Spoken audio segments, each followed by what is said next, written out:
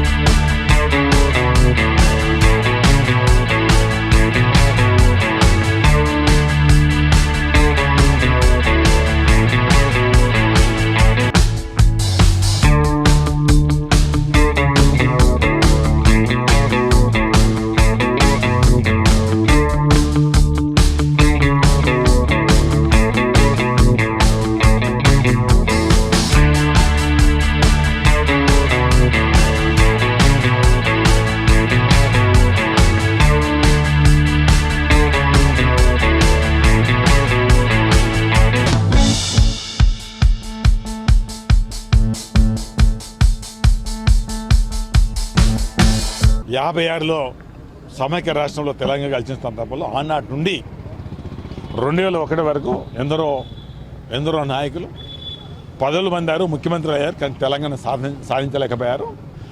ఆనాడు తెలంగాణ ఉద్యమంలో 369 మంది పోలీస్ తూటాలకు గురైన విద్యార్థులు ఇవన్నీ గమనించి కేసీఆర్ గారు తన డిప్యూటీ స్పీకర్ పదవికి, ఎమ్మెల్యే పదవికి రాజీనామా చేసి తెలంగాణ ఉద్యమం 2001లో మొదలుపెట్టి 2014 దాకా తాను చేసిన కృషి తెలంగాణ గడ్డ మీద పుట్టిన ప్రతి బిడ్డను ఇందులో తెలంగాణ ఉద్యమంలో కలుపుకున్న దిశగా చేసి ఢిల్లీ పీఠాన్ని కదిలించే దిశగా తాను చేసిన అమర నిరాదీక్షకు భయపడి గడగల్లాడి ఢిల్లీ పీఠం కానీ తెలంగాణ అగ్నిగుండం అవుతుందని ఆనాడు ఆనాడున్న ప్రభుత్వం తెలంగాణ సాధించిన ఆ సందర్భంలో కొన్ని రూపకల్పనలు ఆనాడు తెలంగాణ తల్లి రూపకల్పన ఏదో ఒక్కరు పెట్టింది కాదు.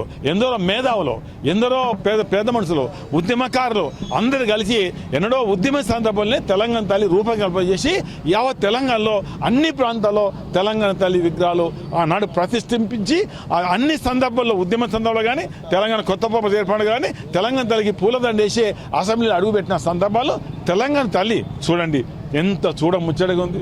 తెలంగాణ తల్లి ఒక దిక్కేమో బతుకమ్మ, తెలంగాణ పెద్ద పండుగ, మహిళల పండుగ, ఆడబిడ్డల పండుగ, మరో చేతిలో కంకి కొట్టలు పెట్టుకొని అదేవిధంగా అందరు రూపకల్పన ఎవరొక కేసీఆర్ గారు చేసింది కాదు. ఉద్యమ సందర్భంలో చేసి కిరీటం కానీ, ఒడ్డాలం కానీ, ఒంటిన బంగారం కానీ ఆ తల్లిని చూస్తుంటే, తెలంగాణ తల్లి చూస్తుంటే ఒక మహాలక్ష్మి లాగా చూసే దిశగా ఈరోజు తెలంగాణ తల్లి ఉన్నది. కానీ ఇప్పుడు వచ్చిన ప్రభుత్వం కేసీఆర్ పెట్టిన తెలంగాణ తల్లి ఉండదు, దాని రూపురేఖలు మార్చే దిశగా రేపేదో పెట్టబోతున్నారు. యథావిధిగా ఆనాడు తెలంగాణ ఈ తెలంగాణ తల్లిని చూసే ఎందరో మహిళలు అందరూ దీనికి ఆకర్షితులయ్యారు. వాళ్ళందరినీ దృష్టిలో పెట్టుకొని ఇలా తెలంగాణ గడ్డ మీద పుట్టిన ప్రతి బిడ్డను దృష్టిలో పెట్టుకొని దీని రూపురేఖలు మార్స్తామని మీరు ఆలోచిస్తున్నారు. ఏదో నిన్న మొన్న పేపర్లు వచ్చింది కానీ ఒంటి నిండా అది కానీ తల మీద కిరీటం కానీ అది మహాలక్ష్మి లాగా లేదు.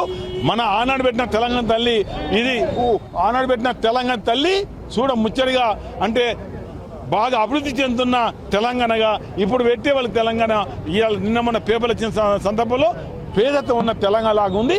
అందులో ప్రత్యేకంగా చేయి ఉండే దిశగా ఇలా చేయి మీ పార్టీ ప్రచారం కోసం తెలంగాణ తల్లి చేయి ఒక దిక్కు బతుకమ్మ ప్లేస్లో మీరు చేయి పెట్టారంటే ఇదే మీ కాంగ్రెస్ పార్టీ పతనానికి నాందవుతుంది.